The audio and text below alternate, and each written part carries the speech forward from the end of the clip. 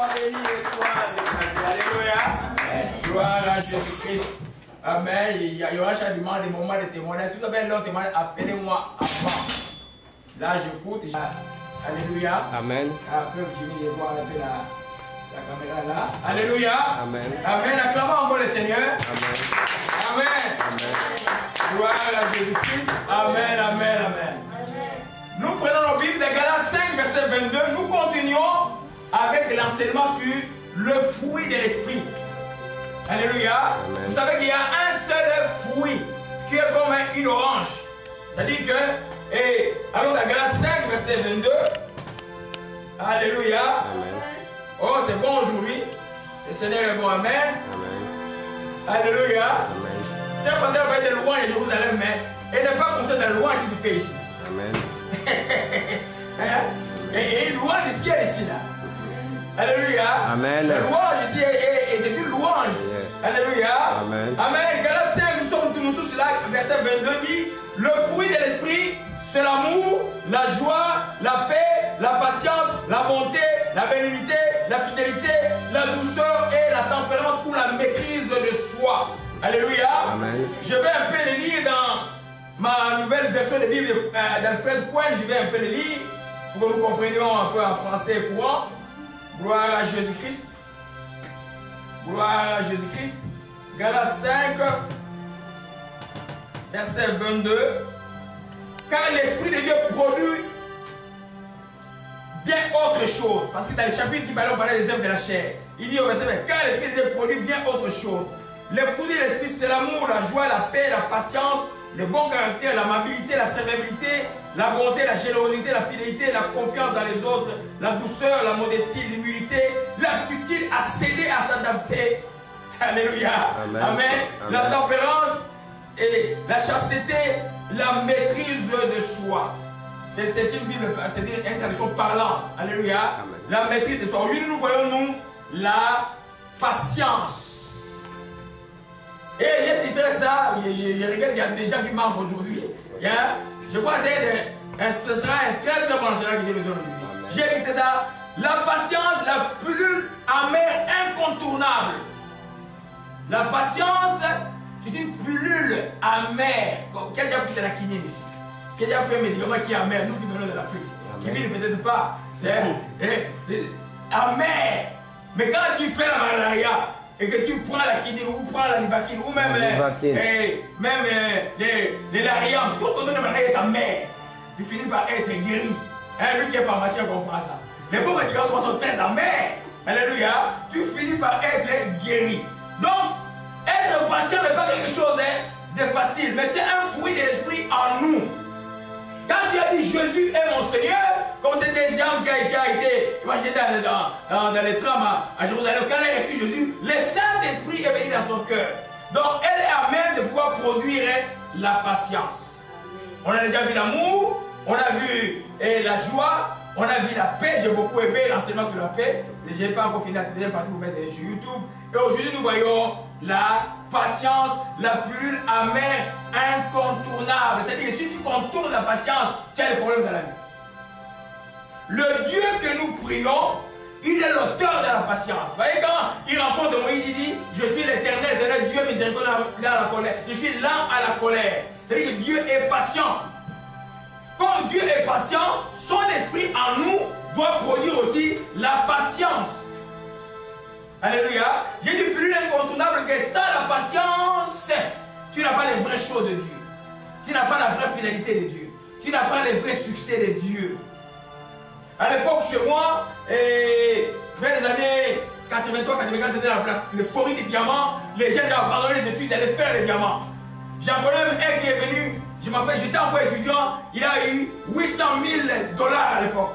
Et il m'a dit, il dit, grand frère, grand frère, tu es étudiant, hein, ils sont d'argent, ils me donnent. Mais je l'ai vu 5 ans après, en train de marcher sans chose, avec des babouches. Tout était parti. Les musiciens, les enfants de Mobutu ont roulé, ils n'avaient plus rien. C'est-à-dire, tout allait trop rapidement. Aujourd'hui, nous sommes dans un monde de fast-food. Tout est rapide. Mais la finalité, c'est la catastrophe. Même sur le plan de santé. Les fast-food donnent quoi? Ça ne donne pas une bonne santé. Donc la patience est une pilule amère, mais c'est quelque chose qui vient de Dieu. Dans son origine, le mot vient de la tête, ça signifie patio. Ça veut dire simplement souffrir, peiner, endurer. Maintenant, le mot endurer, on va parler de ça. Ça signifie le mot endurer. C'est une des parties que les chrétiens n'aiment pas beaucoup. Mais c'est la vraie partie qui donne les choses. Quand il dit que tu es chrétien, tu dois pouvoir endurer. Tu dois pouvoir être patient. Et quand on parle de patience, il y a des notions essentielles que vous allez retenir. Alléluia.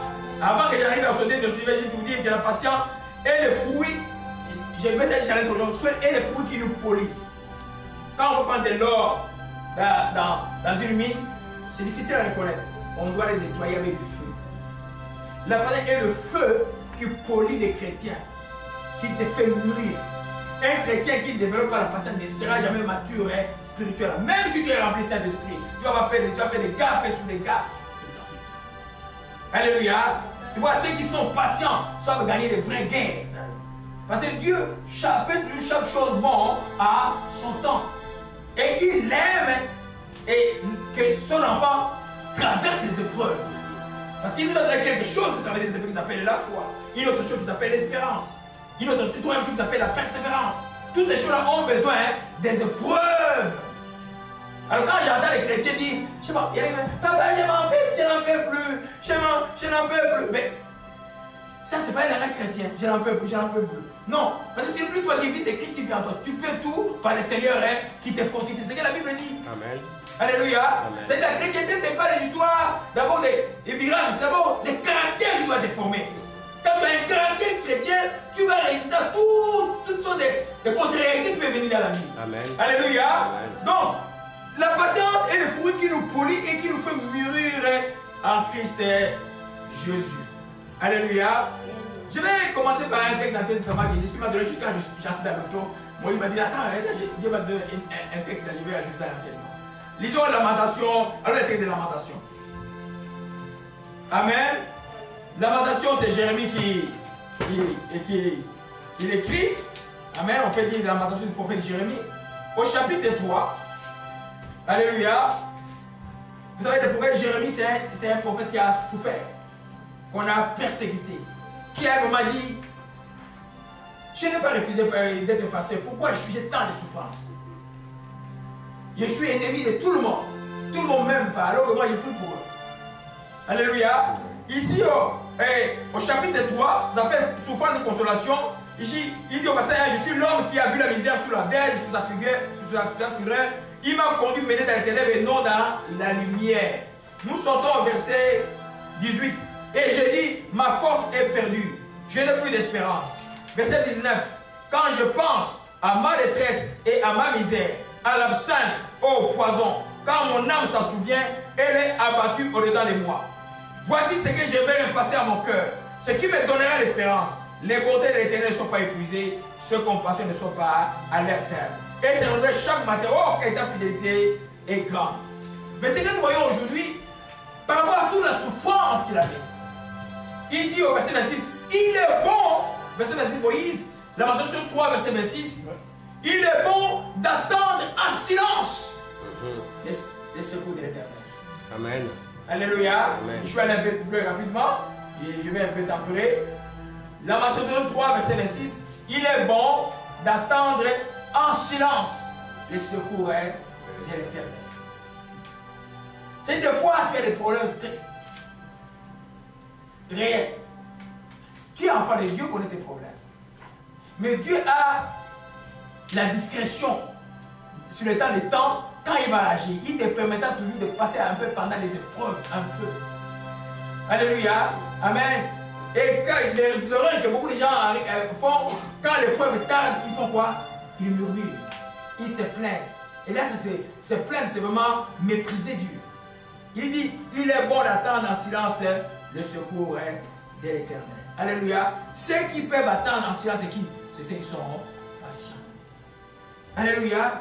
Qui sont patients. Il faut apprendre à parler même aux petits enfants comme ça. Un petit enfant qui interroge sa mère, son père tout le temps. Et il fait, non, tu lui dis d'attendre son temps d'aller au frigo. C'est comme ça qu'on apprend la patience. Oui. Tu ne vas pas être quelqu'un qui va bousculer les gens partout. Amen. Et si un politicien africain va commencer à tuer les gens pour prendre le pouvoir. Hein? Alléluia. Amen. Ah, moi, les policiers africains, j'allais jusque là. Oui. Ils nous mettent en retard. Oui. Alléluia. Amen. Amen. Amen. Donc, nous avons des notions quand on parle de patience. La notion de savoir attendre. Parce que là, ça concerne les promesses de Dieu dans nos vies. Savoir attendre est extrêmement important. Dans le moment d'attendre, la manière dont, où je vais dire, où un passage de désert, c'est la manière dont tu vas te comporter pendant que les difficultés traînent. Si tu te comportes en murmure, en plainte, ton temps de désert va s'élonguer. Amen. Si tu te comportes sagement et que tu attends en silence, comme Jérémie, tu regardes vers Dieu, tu attends en silence, ton temps va être court. Amen. Donc il y a des notions, les notions de savoir attendre et la notion de savoir supporter. Ceux qui ne savent pas attendre, c'est ceux qui font de la précipitation. Des fois, tu as la chose arrive, tu es tellement dérangé simplement parce que la chose n'est pas arrivée au moment où tu le voulais. Le problème, ce n'est pas ton moment à toi qui est important, c'est le moment de Dieu qui est important. Alléluia. Amen. Amen. On va aller dans Jacques chapitre 5. Alléluia. Dans Jacques chapitre 5. Amen. Amen. Gloire à Jésus-Christ. Alléluia. Bon, prenons d'abord Jacques chapitre 1. Vous voyez Jacques chapitre 1 et verset 2 à 4, on va le lire. C'est un texte que je vais beaucoup y revenir. Nous voyons, quand on parle des passages, il y a des notions. Savoir attendre, ça concerne les promesses de Dieu. Ou ta destinée. Ou les choses que tu devais avoir dans la vie qui ne sont pas encore arrivées. Ton droit devant Dieu. Des choses que Dieu a promis, que tu n'as pas encore obtenues. Et peut-être qu'il t'a donné un message que tu l'as, mais tu ne le vois pas encore. Allez, la deuxième notion, c'est savoir supporter. Ça concerne l'amour du prochain. Alléluia. Amen. L'amour du prochain. La Bible dit, l'amour est, Corinthiens 13, verset 4 dit, l'amour est patient.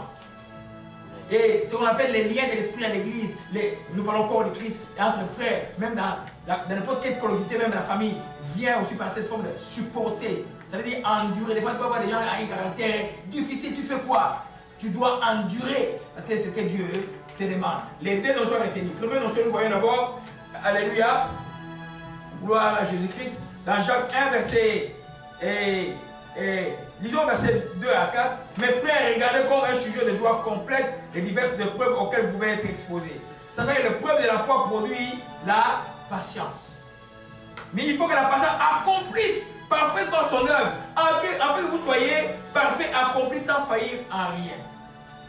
C'est-à-dire que c'est la patience qui rend les chrétiens mûrs. C'est l'endurance qui rend les chrétiens mûrs. Là, vous prenez les deux notions de patience. Savoir attendre et savoir endurer. Ça marche ensemble. Tu attends par rapport aux promesses de Dieu, tu endures par rapport à l'autre, tu supportes l'autre. Ceux qui vont se marier demain ou qui sont en projet de mariage, rassure-toi même, la fiancée qui va être très gentille là, son frère qui a arrêté du mariage quand vous êtes mariés. Nous prions que pour mes enfants, ce ne soit pas des loups qui vont sortir, mais les caractères seront même différents. Ça demande toujours de pouvoir supporter. Alléluia. Les deux notions sont extrêmement importantes. Nous voyons là que l'apôtre dit, sachez que le preuve de votre foi produit la patience. Chaque fois qu'il y a une difficulté et que tu réponds par la foi, tu crées en toi la patience. La patience est quelque sorte cette foi endurante à travers les épreuves. Elle est là, tu deviens patient.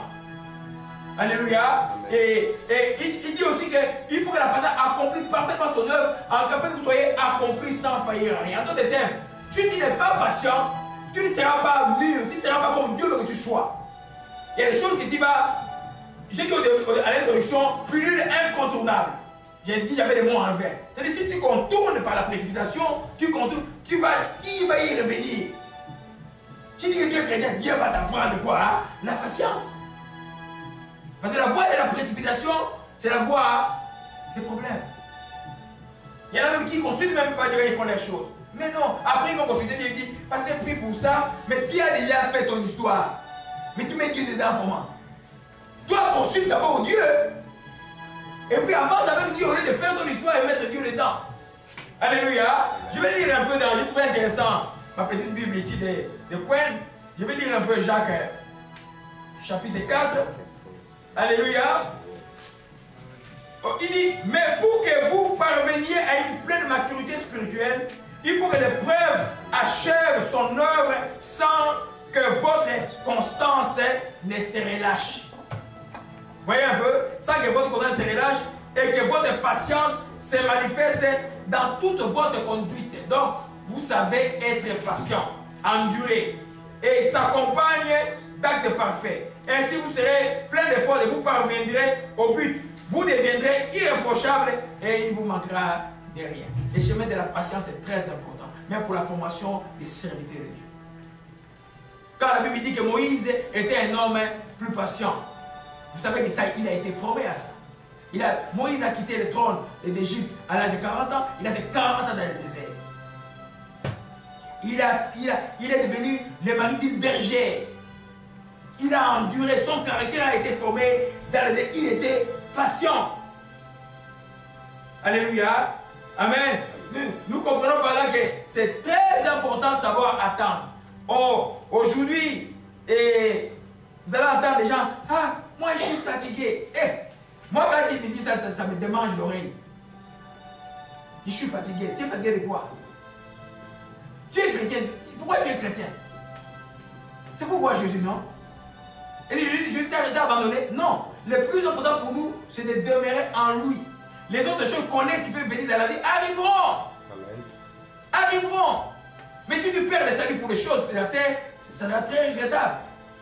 Alléluia. Amen. Amen. Et Jacques 5, Moïse, verset 7.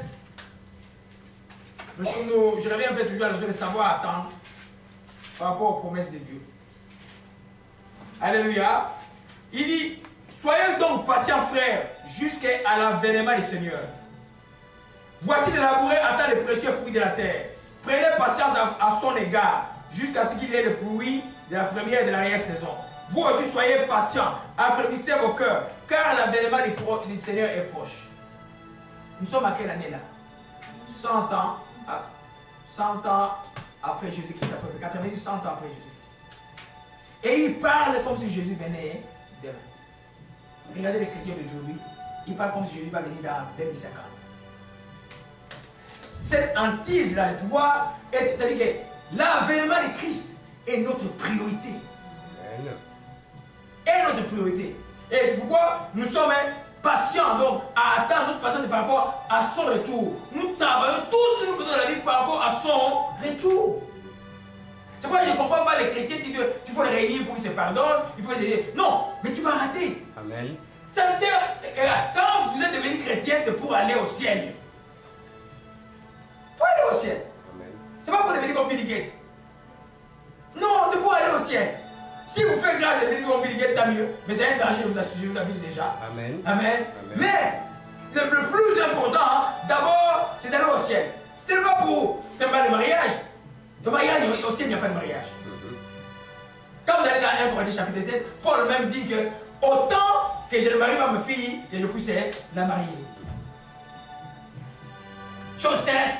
Jésus même dit, et les gens, à son retour, les gens seront en train de se marier.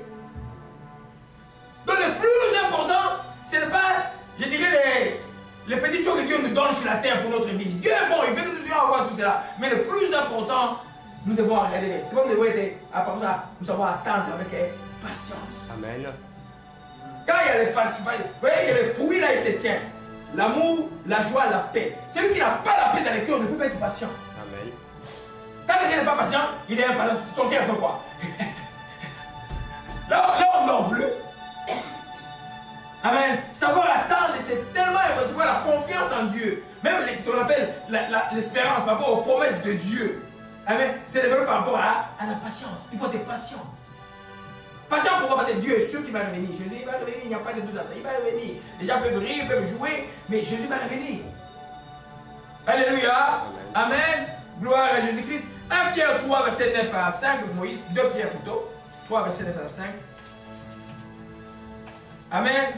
Vous savez que ça, c'est quelque chose que moi, j'ai travaillé comme j'étais pas moi, j'étais du tic au tac.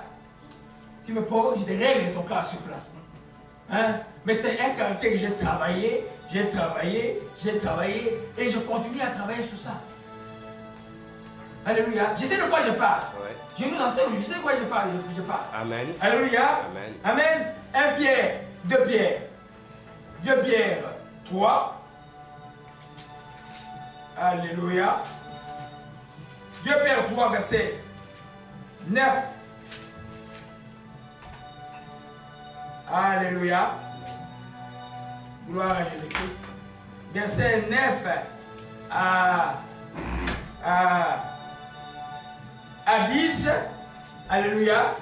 Et peut-être donne le micro à Papa Jean-Louis, va oublier cela. Quand je donne le micro, ça me permet de respirer un peu. Alléluia. 2 Pierre 9, on va alterner comme ça. Oui, merci frère. 2 Pierre 9, et non, 2 Pierre 3, verset 9 à 10. J'ai lu au nom du Seigneur Jésus-Christ. Amen. Le Seigneur ne tarde pas dans l'accomplissement de la promesse comme quelqu'un le croit, mais il use de patience envers vous, ne voulant pas qu'aucun périsse, mais voulant que tous arrivent à la repentance. Le jour du Seigneur viendra comme un voleur. En ce jour, les cieux passeront avec fracas, les éléments embrasés se dissoudront et la terre avec les œuvres qu'elle renferme sera consumée. Alléluia. Donc, vous voyez, quand le monde subsiste aujourd'hui, ça veut dire que Dieu est patient. Si Dieu est patient, son esprit en nous va produire quoi? D'être patient aussi. Amen. Dieu est en train d'attendre, c'est-à-dire que l'homme ne comprend pas, il donne le temps à tout le monde. Dieu, l'évangile n'est pas discriminatoire. Mais c'est toi qui choisis la vie ou la mort. Amen. Dieu veut que tout le monde arrive à la repentance. C'est-à-dire que donne la vie à Jésus-Christ. Mais les gens vont dire non. C'est pourquoi il est patient, il attend. Alléluia. En toute chose aussi, quand il nous promet quelque chose, quand il est dans la Bible, une promesse qui t'appartient, que tu as prié, que cela n'arrive pas, toi, attends. Quand il y a une prophétie qui tarde, la Bible dit quoi? Attends là, elle s'accomplira. C'est-à-dire que si tu n'es pas patient, tu vas bousculer les choses. Il y en a qui reçoivent des bonnes prophéties et puis commencent à chercher eux-mêmes à pouvoir réaliser ça. Non, laissez Dieu réaliser les choses. Tu vas commettre des erreurs. Amen. Alléluia. Vous savez que nous avons un grand ennemi, c'est notre mental. Oui. Notre grand ennemi, le plus grand ennemi de notre cœur. C'est-à-dire qu'il peut te créer une situation, tu peux voir que c'est ça la vérité. Non, la vérité se trouve dans l'esprit. Amen. Alléluia. Amen. Amen. Donc ça c'est la première notion, savoir attendre. La deuxième notion, savoir supporter, endurer les faiblesses des autres. Alléluia. Amen. Savoir supporter, endurer les faiblesses des autres. Ça c'est tellement important pour nous chrétiens. Alléluia. Amen. Parce que nous avons des frères et sœurs à côté. Mais Dieu veut que nous puissions avoir les liens de la paix. Les liens de la paix n'est pas possible sans la souffrance de la patience. Parce que tu n'auras jamais des gens qui vont te ressembler comme des clones. Et si toi tu aimes toujours les gens qui te fitent, un jour Dieu va t'amener vers les gens qui ne te fitent pas. Tu vois, il y a des épines pour toi. Amen. Pour seulement poli, changer ton caractère et comprendre comment supporter les faibles. Alléluia. Amen. Alors, c'est ça même la grandeur et la beauté de l'évangile et que Dieu fait aux chrétiens, aux chrétiennes, c'est savoir supporter les faibles. Mais comment il vit dans cette situation? Comment il a fait cette situation? Parce que l'Esprit de Dieu le pousse à pouvoir supporter. La deuxième notion concerne nos relations, l'amour du prochain. C'est pourquoi la Bible dit dans 1 Corinthiens 14 et 13, verset 4, dit simplement l'amour est patient. Si tu dis à quelqu'un, je t'aime, mais tu n'es pas patient, il n'y a pas d'amour, dis-toi. C'est l'amour, ce n'est pas ça dit mal. Hein? Les gens, là, je le vois au métro, ils se promènent. Je ris simplement. L'amour, c'est supporter. L'amour est patient. Amen. Il y a un enseignement, je crois que c'est un des meilleurs enseignements. Je donne 24 heures d'enseignement sur l'amour agapé. Ça, c'est très profond. Il y a beaucoup de choses que j'ai dit aujourd'hui, j'ai tiré ça encore de cet enseignement. Alléluia. Savoir être patient. Alors, tu vois, parce que faire du bien, c'est faire du bien. C'est pas faire du mal. Des fois, tu vas voir quelqu'un dont le caractère est difficile, ou le caractère est... Donc, il fait tout dans les erreurs. Tu fais quoi? À ce moment-là, vous êtes dans un lien de mariage, tu fais quoi? Je supporte. Dieu dit, et que l'homme ne dit pas ce que Dieu a dit. Dieu dit aussi, c'est seul et me reste dit simplement qu'il y a la dignité. Mais tu n'as pas ces choses-là. Mais si tu m'appelles, papa, moi je suis fatigué, je vais sortir d'ici, je dis ma fille, tu es dans la cage. Laissez-moi, encore. Moi, laissez-moi, j'ai pris là, je suis en train de prier pour que ça va aller. Amen. Et j'ai dit qu'il s'est passé des choses ici, j'ai dit, j'ai terminé la prière déjà. Il m'appelle, mais c'était terrible ici, j'ai dit. Amen. Hein? C'est pas que la personne est mauvaise. Vous devez savoir que dans les caractères chrétiens se forment à travers les épreuves. Alléluia. Nous sommes comme de l'or qu'on a tiré de la terre, qui est encore sale, à travers la patience. Dieu est en train de nous polir, pour arriver à notre stature parfaite. Amen. D'un vrai homme en Dieu, ou une vraie femme en Dieu. Alléluia. Amen. Amen. Gloire à Jésus-Christ. Et Romains 15, Moïse. Romains 15. Gloire à Jésus-Christ. Papa, tu nous dis, papa Jean-Louis nous dit, et Romains 15, verset 1 2. Lis jusqu'à 3. Jusqu'à 3, c'est bon. Alléluia. Au nom du Seigneur Jésus-Christ. Amen. Car Christ ne s'est point Christ ne s'est point complu. Non, commençons au verset 1, papa. Verset 1. Ah, verset 1. Oui. Nous qui sommes forts, nous qui devons supporter les faibles de ceux qui ne le sont pas et ne pas nous complaire en nous-mêmes, que chacun de nous complaise au prochain pour ce qui est bien en vue de l'édification. Car Christ ne s'est point complu en lui-même, mais selon qu'il est écrit, les outrages de ceux qui t'insultent sont tombés sur moi. Alléluia. Amen. Nous qui sommes forts, nous devons supporter les faiblesses de ceux qui ne le sont pas et ne pas nous complaire à nous-mêmes. La Bible dit dans 1 Corinthiens chapitre 2, il dit ceci: ceux qui ont l'esprit de Dieu jugent de tout. Et Dieu peut discerner que cette personne ici est faible. Amen. De tout ce qu'il montre. Amen. Alors quand il voit la personne t'entraîner dans un chemin et pendant des querelles, des disputes, des choses inutiles, tu fais quoi? Tu arrêtes, tu cherches comment à sauver la personne. Sois patient envers la personne. Sois patient envers la personne. Amen. Alléluia. Amen. Parce qu'en Christ, quand nous venons, chacun a eu son poids. Il y en a qui ont le poids de 10 tonnes quand ils viennent. Il y en a qui ont le poids à gîte léger. Mais chacun a sa marche, non? Oui. Alors, maintenant, mais on est obligé d'interagir entre nous. C'est pour dire, ceux qui sentent que tu es fort, tu dois pouvoir ne pas te complaire à ta force. Amen. C'est-à-dire que tu dois pouvoir, comme Paul a dit, faible avec les faibles, pour les aider à venir en Christ. Faites attention. Quand faible avec les aider, que tu es fort, tu fais les choses qui discutent. Par exemple, prenons la réponse, les contextes de la discussion sur les aliments, les histoires comme ça. Là. Et il y en a qui disaient, non, on va respecter les sabbats, d'autres ne vont pas respecter les sabbats. Nous savons pour qui les sabbats, c'est Christ. Alléluia. Amen. Paul disait, mais celui qui les fait, et Corinthiens chapitre 10 dit, celui qui respecte la ligne, il est fait pour le Seigneur. Toi qui ne le fais pas, tu ne le fais pas pour le Seigneur. En d'autres termes, tu ne vas pas rembourrer cette personne d'une manière comme s'il était sur un chemin d'enfer. Tu vas prendre le temps de prier pour expliquer la voie du salut plus tranquillement à la personne. Alléluia. Les choses de Dieu, ce n'est pas la médecine. Je m'appelle à l'époque où je faisais l'examen conseil médical, j'avais un ami russe. Un collègue russe, on peut faire des examens. Il vient me dire, on le dit le soir, il dit, ah, docteur, tu sais que nous on est dans la Bible. Je dis, oh, on est dans la Bible? Oui. Nous qui? Oh, nous les médecins, on est dans la Bible, oui. Je dis, oui. J'ai dit, mon prêtre doctorat m'a dit ça aussi. Dans 1 Corinthiens chapitre 12, on parle des docteurs. J'ai dit, frère, c'est ça, c'est pas nous. Ça, c'est les docteurs de la parole de Dieu. C'est pas les médecins. Toi, tu es nul dans les choses de Dieu. Hein? Toi, il est né de nouveau. Vous voyez qu'il est un docteur en médecine, mais il ne comprend pas les choses spirituelles. Ne prenez pas pour acquis que les gens comprennent. Amen. C'est pas quand tu comprends, ne t'en envoie pas un de ceux qui ne comprennent pas à comprendre. Alléluia. Alléluia. C'est très important. C'est pourquoi il dit, ceux qui sont forts, nous devons supporter les faibles. Parce que quand quelqu'un est né de nouveau, il y en a qui naissent de nouveau d'une manière drastique, comme la vision que j'ai vue aujourd'hui. Oh, je ne sais pas c'est qui ça. Je vous l'explique. Oui. Alléluia. J'ai vu la circoncision d'un homme, mais cette circoncision a pris tout l'organe de l'homme.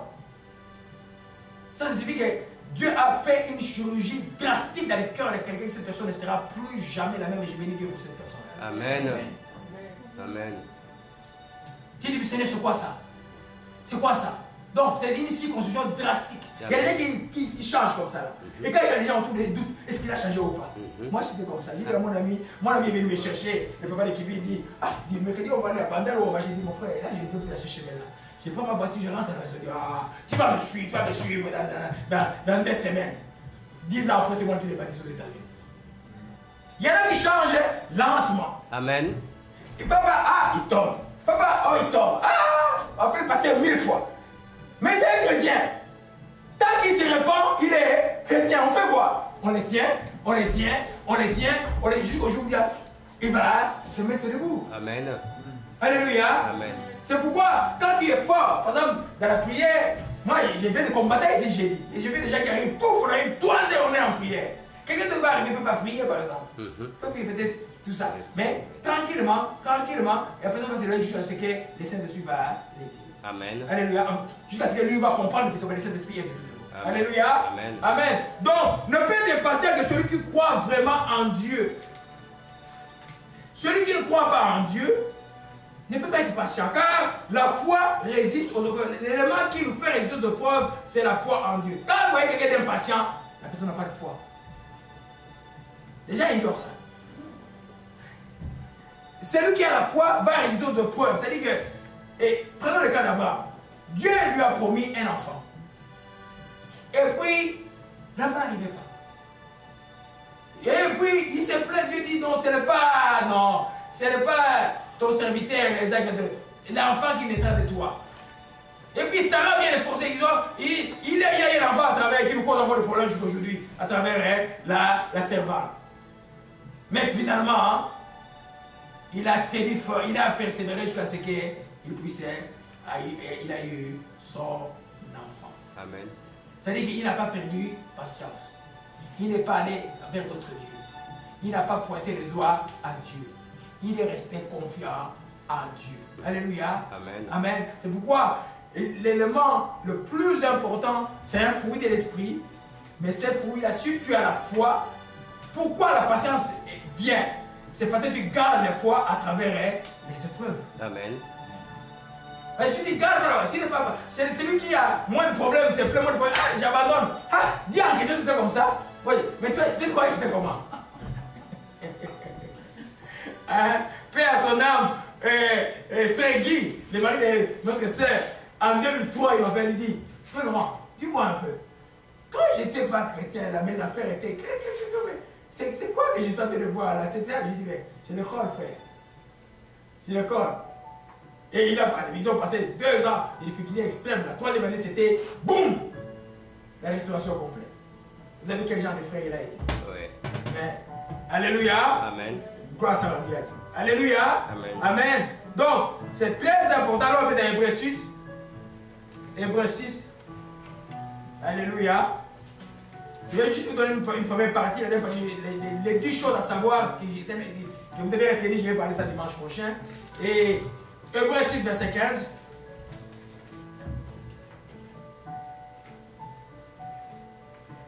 Alléluia. Et on peut commencer au verset 12, je vais le lire. En sorte que vous ne vous relâchiez point et que vous imitiez ceux qui, par la foi et la persévérance, héritaient les promesses. Lorsque Dieu fit la promesse à Abraham, ne pouvant jurer par un plus grand que lui, il jura par lui-même, il dit certainement je te bénirai, je multiplierai ta postérité. C'est-à-dire qu'Abraham, ayant persévéré, obtint l'effet de la promesse. Vous voyez, il y a un lien avec la foi par rapport à la notion d'attendre. Ayant persévéré en croyant. La Bible dit qu'il fut fortifié par la foi en donnant gloire à Dieu. Donc Abraham voyait déjà comme son fils était déjà là, mais le fils n'était pas encore là. Et il fut fortifié par la foi parce qu'il était patient. Tous les grands hommes de la vie, vous voyez,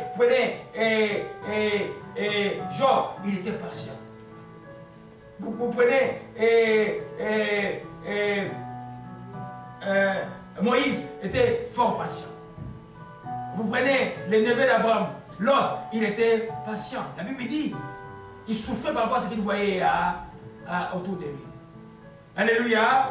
Nous comprenons, mes bien-aimés. Il dit, au verset 15, ayant persévéré, il obtient l'effet de la promesse. Et la promesse est là. Quand tu gardes la patience, tu ne te plains pas, tu ne murmures pas, tu appliques la règle de Jérémie, tu gardes le silence. C'est une chose que tu peux compter que c'est déjà réglé.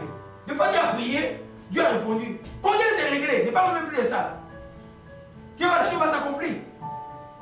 Le problème, quand tu commences à regarder la circonstance, tu commences à regarder l'environnement physique, tu commences à perdre la foi et la patience de Dieu est en train de partir. On est patient à cause d'une assurance que nous avons que Jésus a dit la vérité. Alléluia. Amen. Gloire à Jésus-Christ. Amen. Donc, si vous êtes persévérant, c'est parce que vous êtes patient. Si Abraham était persévérant, parce qu'il était patient. Ce n'est pas lui qui est allé chercher Agar. Hein. C'est la femme qui est allée chercher Agar. Mais lui aussi, il a dit non, il n'a pas dit non. Hein? Et ça me cause encore des problèmes aujourd'hui. Oui. Vous comprenez ce que j'ai dit? Oui, oui. Amen. Oui. Amen. C'est les descendants d'Agar là. Ils ont. Tu sais que dans les Corans là, bon, tu sais, parce qu'après, moi je parle. Ouais, et dans les Corans là, Sarah, pour elle, Sarah, c'est la maman des Ismaélites. Sarah, c'est Sarah, c'est Mahomet qui est la descendante de Sarah. Une usurpation terrible. Mahomet, s'il est Ismaélite, il est né d'Agar. Des problématiques. Alléluia. Amen. Donc, si vous êtes persévérant, c'est parce que vous êtes patient. Amen. Dès que nous voyons, quand on attend les promesses, cela prouve qu'on a confiance en Dieu. Quand Dieu a promis quelque chose, ou nous, comme nous attendons le retour de Christ, c'est parce qu'on a confiance en Dieu. C'est vrai, la foi et l'espérance marchent ensemble. On espère que c'est vrai, parce que c'est fondé sur la vérité que Jésus va revenir. Et on est patient en attendant le retour de Christ. Alléluia. On sait attendre ça. Pas dans la distraction, pas selon la Bible. C'est-à-dire, on est alerte, on craint Dieu, on a une vie qui craint Dieu, on lit la parole de Dieu, on prie, on obéit à Dieu. En disant qu'on a une erreur faite, on demande pardon de Dieu. On fait tout cela pour rester alerte parce qu'il vient un moment où on s'attend les moins. On ne peut pas être pris par surprise. Alléluia. Amen. Gloire à Jésus-Christ. Amen. Dans la notion de supporter les autres. Quand on supporte les autres, cela démontre qu'on a de l'amour envers les autres. Comme je disais à l'introduction, tu peux dire à quelqu'un que tu t'aimes, mais tu te les supportes. Par exemple, les pardons. Les pardons, dans les pardons, il y a la patience aussi. C'est quand tu pardonnes quelqu'un, c'est que tu l'aimes. Quand tu ne pardonnes pas quelqu'un, tu ne l'aimes pas. Pourquoi tu les pardonnes? Parce que tu es patient envers lui. Tu donnes à Dieu l'occasion d'agir dans sa vie.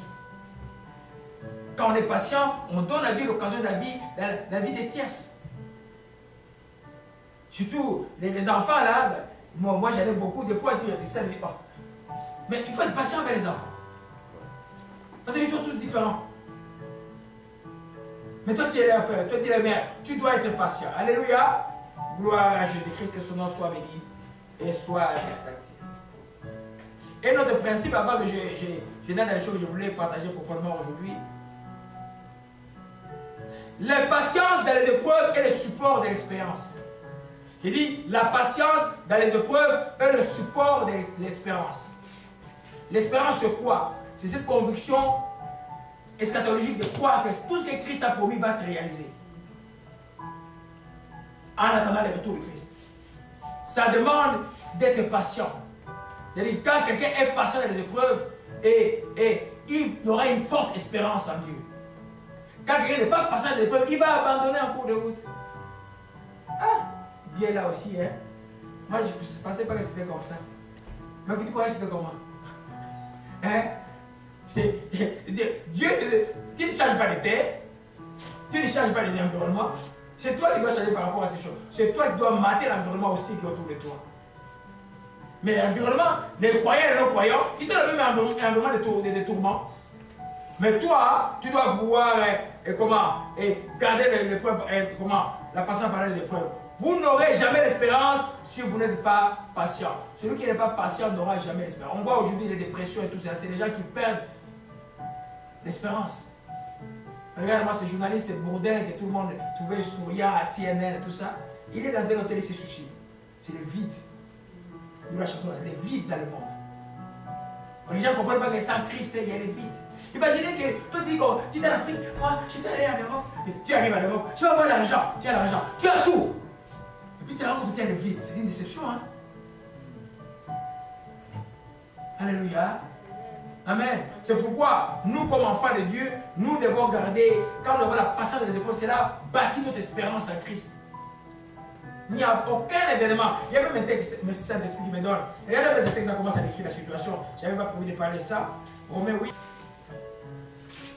Non, Romains 8, verset 37. Alléluia. Amen. Seuls ceux, ces textes que je vais lire, seuls ceux qui sont patients peuvent le comprendre. Seuls ceux qui ont la persévérance peuvent le comprendre. Il dit quoi? Dans toutes ces choses, nous sommes plus que vainqueurs par celui qui nous a aimés, car j'ai l'assurance, ni la mort, ni la vie, ni les anges, ni les dominations, ni les choses présentes, ni les choses à venir, ni les puissances, ni la hauteur, ni la profondeur, ni aucune autre créature ne pourra nous séparer de l'amour de Dieu manifesté en Jésus. Cette personne-là est à l'encre de l'espérance. Rien ne peut les bouger. Et c'est les gens qui sont patients. Les gens qui sont patients. Tu vas pas raconter des histoires inutiles de la terre pour les... Non. Et les chrétiens, tu vas dire, non, rien ne va les bouger. Alléluia. Amen. Amen. Donc, un autre principe que nous voyons, je suis dans l'introduction aujourd'hui là. On ne sera jamais un serviteur de Dieu ou une servante recommandable ou approuvé par Dieu si on n'est pas patient.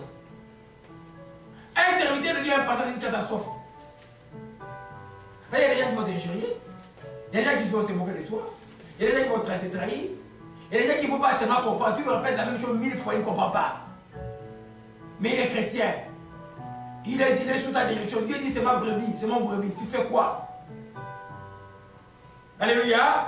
On ne sera jamais un serviteur, une servante recommandable ou approuvé pour Dieu si on n'est pas patient.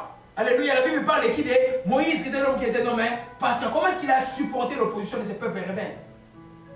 Jusqu'à quand Dieu veut même effacer le peuple, il dit, il va encore supplier Dieu pour que Dieu n'efface pas le peuple. Il dit, Dieu, mais ils vont dire que tu les as amenés pour les aider, pour les tuer. Sa propre sœur, son frère, voulait murmurer contre lui. C'est Dieu qui a défendu la côte. Serviteur de Dieu, Dieu, c'est Dieu qui défend ta côte. Il ne va pas te défendre. On va appeler les vrais faux, on va appeler les faux vrais. Mais c'est Dieu qui va te défendre.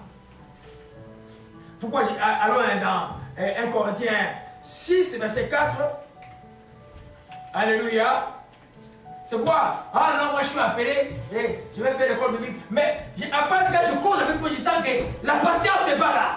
Mais c'est grave, tu sais pas, il ferme les églises. Amen. Ah, les gens les viennent, pas ils ferment les églises. Les gens déjà vont venir d'où?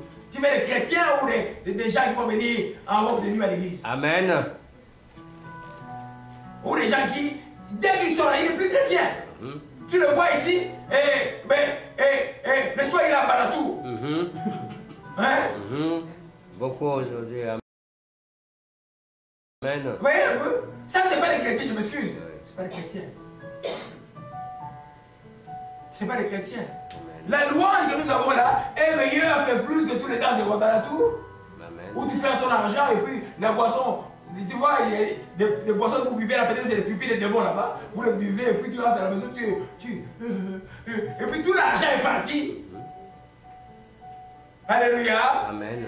2 Corinthiens, c'est verset 4. Amen. C'est le principe que l'Esprit m'a donné la nuit avant d'aller. L'enseignement, vraiment, ce qu'on dit, les 10 choses à savoir, je crois que je vais aborder ça dimanche prochain. Je vais aller sur le principe que l'Esprit m'a enseigné la nuit. Alléluia. 2 Corinthiens 6, verset 4. C'est pourquoi je parle à quelqu'un. Tout ce que tu vois, l'opposition autour de toi, c'est pour former ton caractère. Un serviteur de Dieu doit pouvoir résister à l'opposition. Faire ce que Dieu te demande de faire malgré l'opposition. Amen. Dans les gens. Amen. Et les contradicteurs. Amen. Alléluia. Amen. Gloire à Jésus-Christ. 2 Corinthiens 6, verset 4. Amen. 2 Corinthiens 6, verset 4. Oui, allez-y, papa. Oui, j'ai lu au nom du Seigneur Jésus-Christ. Amen.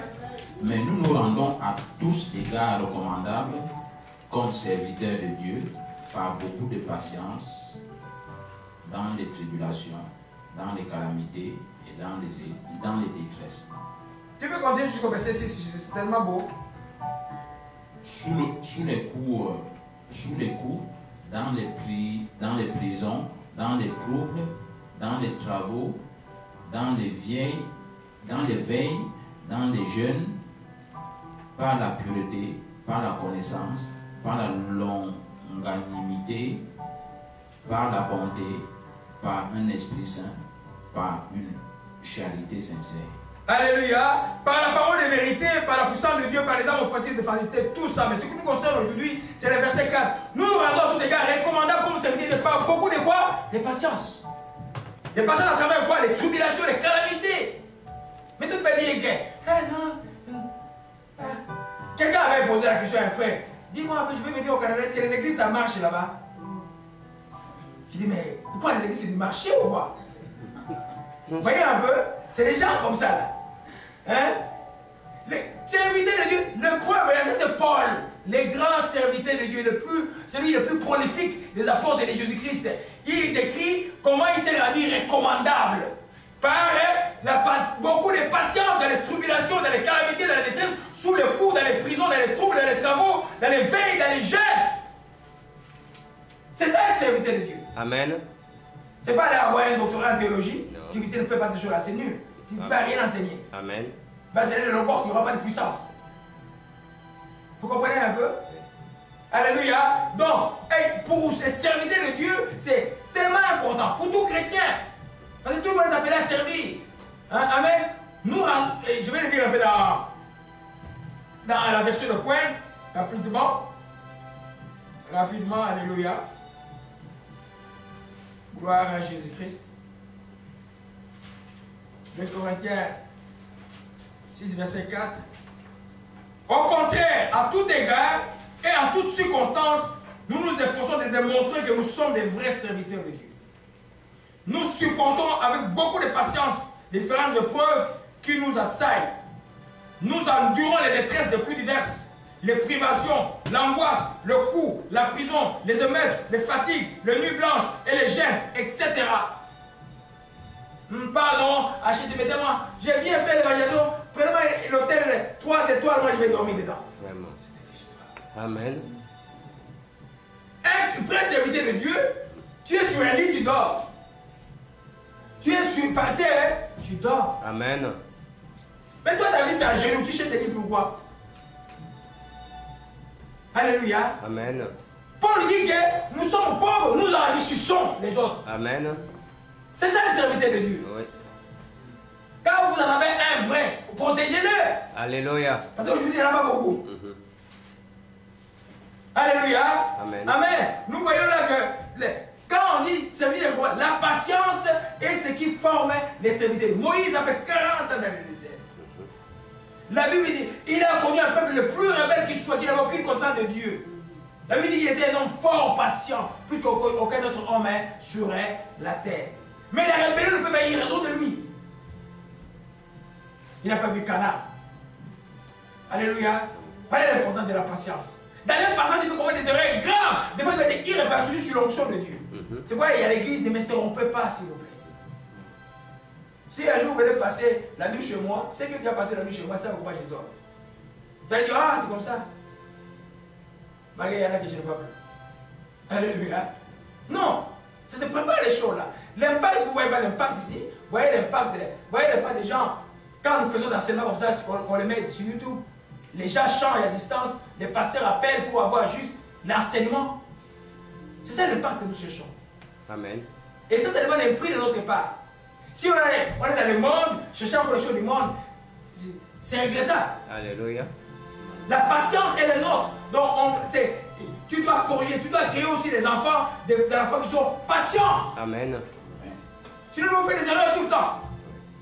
Savoir attendre est très important. Alléluia. Amen. Amen. Quand on est patient, on ne se complaît pas en soi-même, mais on supporte, on endure l'autre. Les frères en Christ est très important. Les frères en Christ, il faut le supporter. Vous savez que quelqu'un m'a fait quelque chose de terrible. J'ai regardé, Dieu me dit, donc, quelque chose de terrible, j'ai expliqué Pasteur Pascal la chose.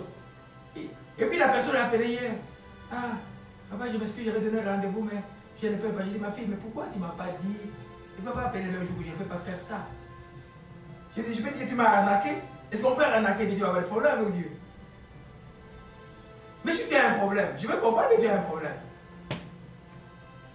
Que Dieu te bénisse, que Dieu te donne l'occasion de pouvoir réparer cela.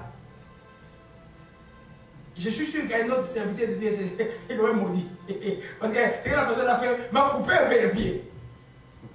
Vous savez que quelqu'un dans les tests pour te donner des services, il va toucher tout pour que vous l'aidiez.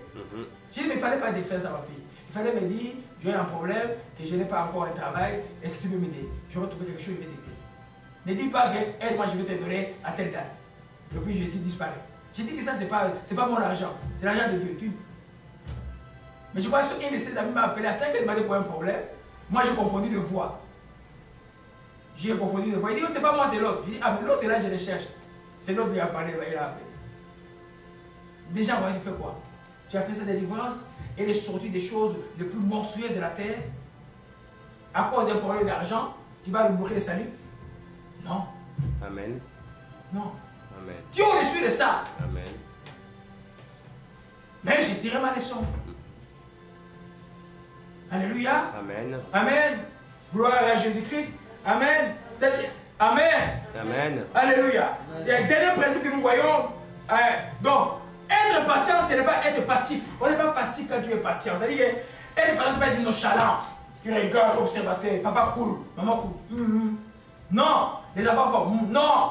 Être patient et être patient, ce n'est pas être passif. C'est être actif. Tu dois être vraiment actif, je vous le dis. Parce que la patience, elle est créatrice de la persévérance. C'est-à-dire, je vais m'expliquer. C'est-à-dire, tu vois un enfant qui ne marche pas bien. Tu es patient.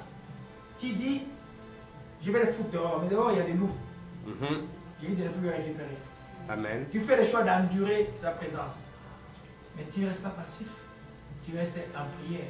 Amen. Tu gênes. Amen. Tu exhortes. Amen. Tu bénis. Amen. Tu gênes. Amen. Tu exhortes. Amen. Tu bénis. Amen. L'enfant va arriver sur la voie. Alléluia. Les plus graves que tu es passé, dire ah, les enfants d'aujourd'hui, tous sont comme ça. Non, tous ne sont pas comme ça. C'est faux. Il n'y a pas un modèle mondial de perdition, oui. Mais non, mais toi tu es chrétien, ton enfant ne va pas se perdre. Amen. Si l'ennemi veut jouer avec toi, tu dois te mettre entre l'enfant et l'ennemi. Mais je parle de la personne qui dit que ne chasse pas l'enfant. Prends le temps de chercher Dieu pour l'enfant. Ça va demander ta patience et ton amour. Ça va lui dire que l'amour est patient. Amen. Alléluia. Amen. Gloire à Jésus-Christ. Amen. Amen. Et Amen. Amen. On a encore le temps, non? Alléluia. Amen. Amen. Mais là, ça devient plus intéressant. Ça, c'est juste le principe que l'Esprit m'a donné et je voulais vous partager ça. Je voulais mettre dans un autre enseignement, mais quand il y a une bonne chose, je vais me partager avec ça. Parce que c'est ça la parole de Dieu. Ne cherchez pas des choses très compliquées. Alléluia. Amen. Mais les 10 choses à savoir sur la patience, c'est que nous allons retenir aujourd'hui.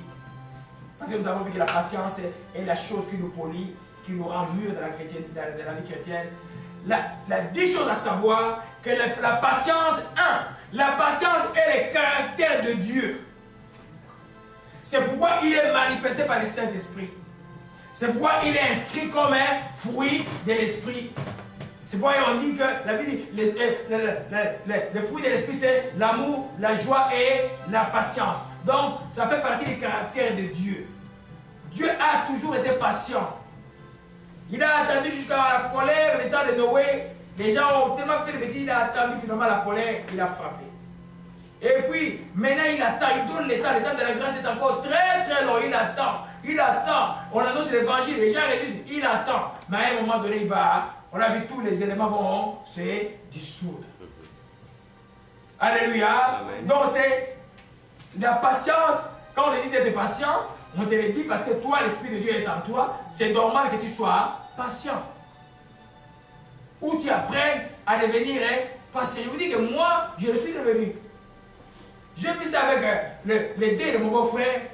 Comment j'ai supporté les choses. Je dis, ah, c'est moi qui supporte ça. Alléluia. C'est-à-dire que Dieu te transforme avec le temps. Alléluia. Donc, le problème pour nous, on n'est pas conscient que Dieu est en nous. Dieu est en toi. Le Saint-Esprit est en toi. Quand il y a dit Jésus-Christ, tu es mon Seigneur, tu es mon Sauveur, Dieu est en toi. Et c'est Dieu, par le Saint-Esprit, manifeste le fruit de la patience. Alléluia. Amen. Amen. Ça, on a vu cela. Je vais juste revenir sur 2 Pierre 3, verset 8 à 9. Alléluia. 2 Pierre 3, verset 8 à 9. Alléluia. Juste, ne dites pas, moi ça je m'en fous, ça je m'en peux plus, j'en ai marre.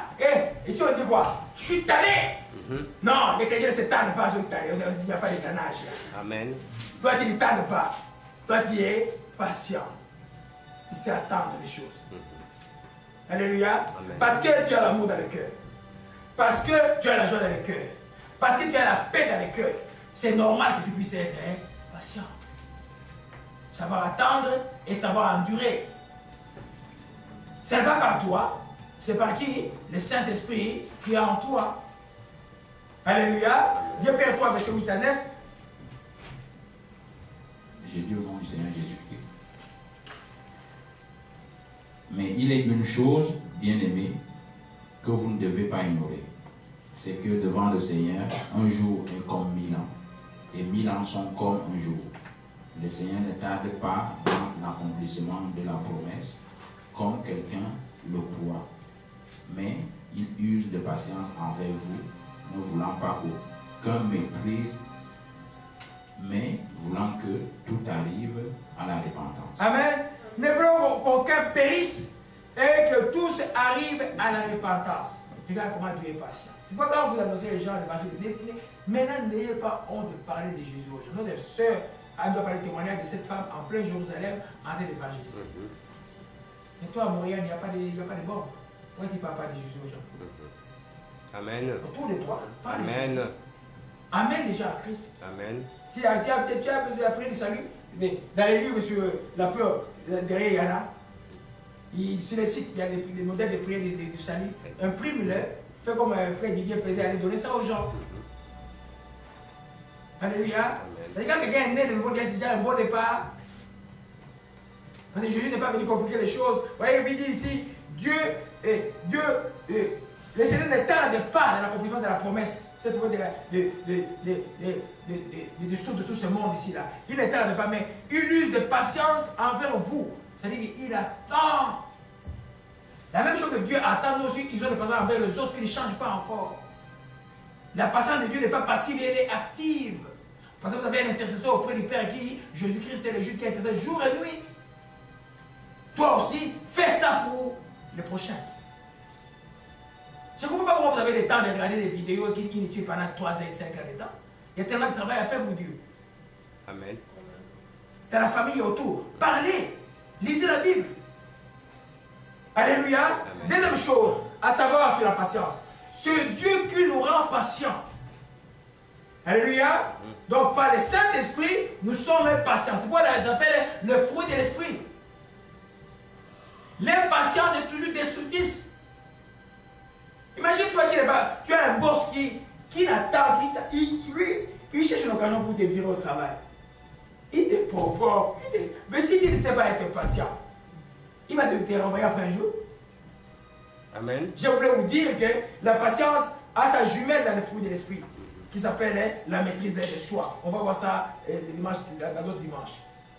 Ceux qui savent se maîtriser, c'est ceux qui peuvent être patients. Des fois, quelqu'un te provoque, tu te maîtrises et tu es patient, tu attends. Amen. Alléluia. Amen. Amen. Gloire à Jésus-Christ. C'est Dieu qui nous rend patients. Jacques 5, on revient dans Jacques 5. Et puis tout cela, vous savez, mes bien-aimés, passe par des déclarations.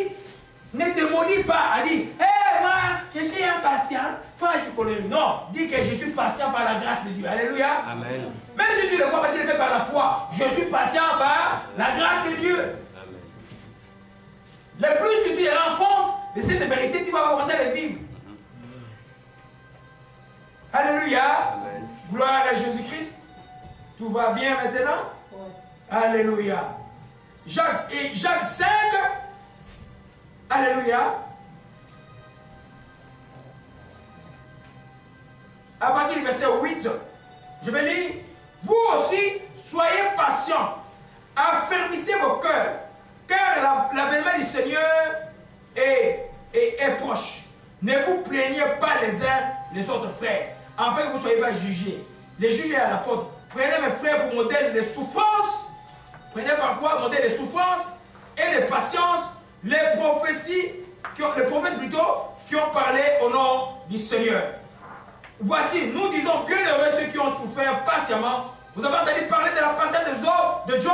Vous avez vu la fin que le Seigneur lui accorda, car le Seigneur est plein de miséricorde et de compassion. Alléluia. Amen. Job a souffert, l'homme qui avait la misère dans tous ses sens. Mais à la fin, au chapitre 42, il était restauré. Les chemins de la vraie bénédiction de Dieu, c'est ce chemin-là de la patience et de l'amour. Alléluia. Amen. Amen. Nous voyons là, ce n'est pas l'évangile, ça c'est les lettres explicatives des apôtres. Il dit simplement, nous disons bienheureux ceux qui ont souffert patiemment. La souffrance est là, tu ne te plains pas. La souffrance est là, tu sais pas de quoi c'est. La souffrance est là, tu as confiance en Dieu, tu sais que tu avanceras. Amen. Job et ses amis sont venus, ils l'ont traité de toutes choses.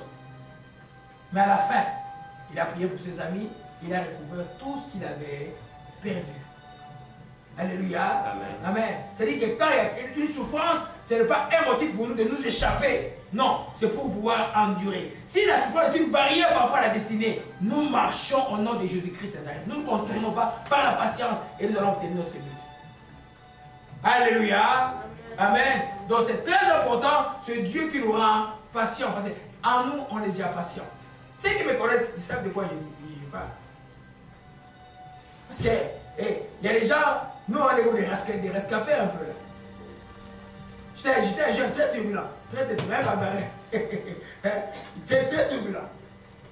Je ne supportais pas la contradiction. Mais Dieu m'a rendu comme un chat en copal. Vous avez un chat en copal, il ne boit pas, il regarde simplement. Et devant, quand il devient comme ça là, c'est ce que Dieu fait. Tu verras que la gloire de Dieu n'est pas loin de toi.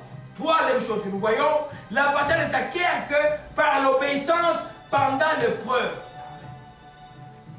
Donc, quand il y a des épreuves, c'est des opportunités que Dieu donne pour qu'en nous se développe quoi? La patience. La patience ne s'acquiert que par l'obéissance pendant les épreuves, car l'épreuve de la foi est aussi la persévérance. Quand aujourd'hui il y a un problème, tu gardes la foi aujourd'hui, tu gardes la foi demain, tu gardes la foi demain, le surlendemain, jusqu'à tu gardes la foi, tu deviens qui? Un homme persévérant. C'est pas dans cette traduction de la Bible, vous allez voir que la patience et la persévérance sont traduits comme des mêmes termes. Ceux qui sont patients et ceux qui sont persévérants. C'est ceux qui héritent les bénédictions de Dieu. Alléluia. C'est toi, tu vois, il y a les miracles, c'est bon. Tu vois un miracle, pouf. Le miracle, tu n'as pas souffert. J'ai prié pour les gens de toutes sortes. J'ai prié pour les gens qui ont même des enfants ici, qui ne sont jamais venus ici. Et j'ai prié pour mes êtres chers pour les enfants ne sont jamais arrivés. Le miracle là, ne fera pas de toi chrétien. Non. C'est le principe qu'a dit. À qui est le principe de la parole? Par exemple, aujourd'hui nous parlons de la patience. Tu développes la parole de la vie. C'est alors que tu développes un caractère chrétien. Un chrétien impatient, c'est un chrétien charnel. C'est-à-dire qu'il n'est pas différent d'un païen. Il va faire des erreurs tout le temps, et puis demain, ce sera la chute totale. Alléluia. Amen. Amen. Retournons un peu dans Jacques chapitre 1. Alléluia. Gloire à Jésus-Christ. Que son nom soit. Oh, mon chute, un applaudissement pour le Seigneur. Applaudissons pour le Seigneur. Que son nom soit béni. Gloire à vous. Regardez comme un sujet de joie complète.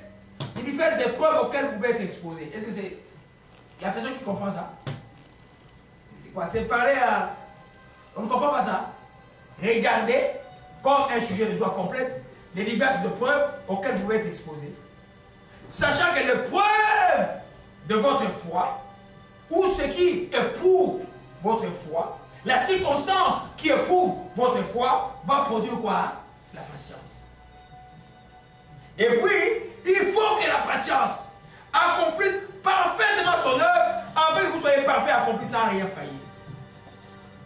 En d'autres termes, quand tu deviens patient, et vraiment patient, tu atteins la maturité chrétienne. Je pense à mon beau frère quand je prêche comme ça. C'est une personne d'une patience incroyable. Alléluia. Tu les tiens même pendant les épreuves les plus dures. Alléluia. Même quand il part en paix, moi je chante les prières, il part en paix, tu vois que c'est quelqu'un qui a enduré dans la patience jusqu'à la fin. Alléluia. Amen. Mais bien aimé, juste pour nous dire simplement que quand il y a une épreuve, aujourd'hui il y a des faux enseignements, moins d'épreuves. Ah, c'est les oncles, moins d'épreuves. Ah, c'est les... Vous avez demandé, je vous parlais des sorciers. Non. Moi, ces gens-là, ils viennent. Donc, moi, je prêche l'évangile. Moi, je parle de la vérité aux gens. Mais quand il y avait des histoires, ils ne peuvent pas. Quand Paul a chassé les démons qui étaient dans la vie de la femme qui avait l'esprit de Python, ça a pris combien de temps? Il a dit, sortez! Au nom de Jésus-Christ, c'est fini. Et puis il a continué à prêcher l'évangile. Aujourd'hui, les doctrines tournaient autour des démons, des hommes qui te bouffent la nuit, qui te bouffent le doigt la jour. Mais écoutez, non. Si tu marches bien avec Dieu, il ne peut rien te faire. Hein? Vous savez, les gars, je vais juste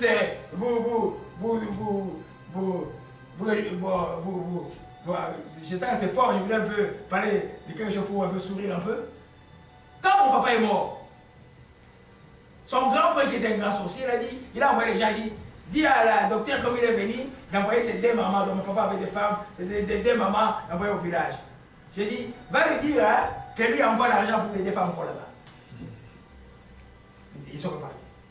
Et puis il envoie son neveu qui venait avec une mission. Ils ont pris, j'étais avec il venait avec une mission pour me nuire. Il arrive en cours de route de tout et tombé en panne. Pendant tout le temps jusqu'à ce que je rentre. Et puis quand il arrive, là, quand il a mis le pied dans ma parcelle, il est tombé malade du pied. Il allait mourir. Et puis après, on apprend, les chefs coutumiers du village viennent ravir nos terres. Oh papa, les pauvres avaient roulé leur maman parce que maman ne savait pas que leur maman, c'est beaucoup de terres pour une même famille, ils veulent prendre les terres. On va au tribunal, le chef coutumier là-bas, il dit, donne-moi le téléphone, je vais le menacer. J'ai dit, je ne prends pas son téléphone, dis-lui celui qui va être menacé. Les jours où on va au tribunal, maman, il fallait vous raconter cela. Oh, ils vont au tribunal, moi je suis ici, moi je suis en prière. J'ai le document de la ferme, je suis en prière. Et puis, ils vont au tribunal, et ils tombent en coma diabétique là devant, ils tombent en coma.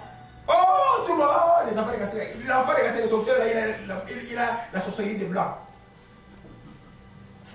Voyez un peu, c'est pas, la chrétienté, c'est pas l'histoire de la peur, c'est de ces choses-là. Alléluia. Développer le fruit de l'esprit. Alléluia. C'est ce que Dieu attend de nous. C'est ce que Dieu attend de nous. Voyez, une épreuve, la vie c'est des difficultés. Les chrétiens et non chrétiens, on a des difficultés. Mais nous démontrons par notre caractère. On ne peut pas se suicider parce qu'il y a des difficultés. On développe la patience au lieu de se suicider. C'est la différence. Et bien la force, c'est la force du Saint-Esprit en nous. C'est l'Esprit de Dieu qui est en toi. Alléluia. Gloire à Jésus-Christ.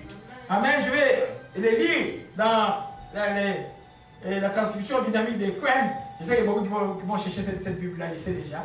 Amen. Mes frères, réjouissez-vous lorsque vous passez toutes les sortes d'épreuves ou de tentations. Estimez-vous heureux. Mais les chrétiens, quand il y a une épreuve, ils pleurent. On les dit, il y a quelque chose que Dieu va prendre ici, là. Estimez-vous heureux. Elles sont pour vous l'occasion d'accéder à la joie parfaite. Vous savez bien que votre foi est mise à l'épreuve si elle tient bon. Elle tient bon à travers quoi? À travers la difficulté, que ce soit la maladie, les manques d'argent, tout ce qui est en difficulté. Si tu gardes la foi, tu tiens bon. Et elle développera votre endurance. Nous avons parlé de la patience comme endurer. Alléluia. Mais pour que vous parveniez à une pleine maturité spirituelle, il faut que l'épreuve achève son œuvre sans que votre constance ne se relâche. Soyez constant. Amen. En tout ce que vous faites, Dieu aime la constance. Amen. Constance dans votre vie de dévotion personnelle, constance dans la lecture de la parole de Dieu, constance à venir prier ici, à part études bibliques en ligne où il présente. Constance, Dieu aime la constance. C'est vrai que même les disciples, quand Jésus est monté au ciel, ils étaient dans la constance de la prière avant que les Saint-Esprit n'arrivent, ils étaient tous réunis ensemble, ils étaient constants. Et puis il dit, votre dépendance se manifeste dans toute votre conduite et s'accompagne des actes parfaits. Ainsi vous serez plein d'efforts, vous parviendrez au but. Vous devenez irréprochable et vous ne manquerez de rien. Donc la patience, c'est ça, c'est vraiment l'huile du caractère chrétien, ça forme le caractère chrétien. Alléluia. Amen. Je crois que je vous ai beaucoup donné aujourd'hui et je vais laisser les autres après. Mais je prends juste les 4. La patience est aussi la capacité de couvrir les fautes. Dans sa dimension de supporter les autres. C'est pas parce que ton prochain fait le mal que tu dois tout le temps prendre ton mal et aller dire aux gens. Non. Et d'abord, quand il prend le mal et quand il dit aux gens, ça s'appelle quoi? La médisance. Devant Dieu, c'est un péché. Il y en a qui vont confesser ça, ils oublient de confesser, mais ils sont tellement ignorants, ils ne confessent jamais ça. Et puis on ne les rassure même pas de confesser le péché qu'on ignore. Un chrétien doit pouvoir, quand il demande pardon pour tes péchés, demande aussi pardon pour le péché que tu ignores. Par exemple, le péché de médisance, beaucoup croient que non, parce qu'il a fait ça, on mérite de le médire. Non. Ils croient que c'est juste la calomnie qui est un péché. Non, les deux. Bien que la calomnie reste vraiment la méchanceté du manque sur quelqu'un, mais même quand quelqu'un a volé, tu n'as pas le droit de prendre, il a dit, oh, il a volé. Il faut savoir couvrir les gens. Et ça demande de passer quand tu couvres quelqu'un et que la personne, par exemple, tu le couvres. Ça devient encore plus dur. Mais tu fais quoi? Tu endures. Et ça forme ton caractère. Alléluia. Amen. Gloire à Jésus-Christ. Que son nom soit béni et soit exalté. Alléluia. Amen. Gloire à Jésus-Christ. Amen. Amen. On va terminer par là. On va voir dimanche prochain que la patience donne à Dieu le temps d'accomplir son œuvre dans l'autre. Quand tu es passé avec quelqu'un, je dis elle n'est pas passive. Tu pries, tu gênes pour la personne. Et puis, ça donne le temps à Dieu d'agir dans la vie de l'autre. Que toi, tu ne peux pas le devant. Amen. Parce que moi, je ne peux pas te sauver. Moi, je peux sauver quelqu'un? Non, je peux sauver personne. J'ai dit, c'est Jésus seul qui peut sauver. Amen. Mais comme parent, ou même comme père spirituel, je peux te couvrir en priant pour toi jusqu'à ce que tu arrives. Même les enfants biologiques, ce n'est pas tous qui ont la même dimension spirituelle. Nous prions pour eux, pour que Dieu les protège, que aucun mal n'arrive jusqu'à ce qu'ils connaissent la vérité. Et ça demande pour moi d'être patient et d'avoir beaucoup d'amour. Quand quelqu'un, par exemple, tu as la révélation qu'il est envoûté, quelqu'un qui est envoûté peut avoir des raisonnements normaux? Non. Amen. Mais toi, tu m'as su que quelqu'un qui est envoûté? Non. Non. Patience et prière, tout simplement, jusqu'à ce que le voile va être ôté. Et au nom de Jésus, ça va être ôté. Amen. Alléluia. Amen. Nous allons terminer par là et les 5 autres, on va voir ça dimanche prochain. Éternel, nous glorifions ton nom et nous te rendons grâce. Nous te disons merci pour ces fruits que nous apprenons, que nous appréhendons, que nous désirons grandir encore, qu'ils grandissent en nous. Le fruit de l'esprit dont une partie est la patience. Donc nous te rendons grâce à nous apprendre à être patient, à attendre avec patience ce que tu as promis et à être patient avec ceux que tu as mis à côté de nous. Père, en ce moment encore que la vérité est prononcée, je m'adresse à tout esprit d'impatience. Écoute-moi bien au nom de Jésus-Christ. Sors de ce cœur maintenant. Au nom de Jésus-Christ. Je te rends tout ça pour ma grâce. Je dis merci Seigneur Saint-Esprit de nous aider à être patients. Et nous croyons que maintenant au nom de Jésus-Christ, nous sommes patients et nous grandons dans la patience. Nous te disons merci. Que ton nom soit béni et soit exalté. Au nom de Jésus-Christ, nous t'avons ici prié. Amen.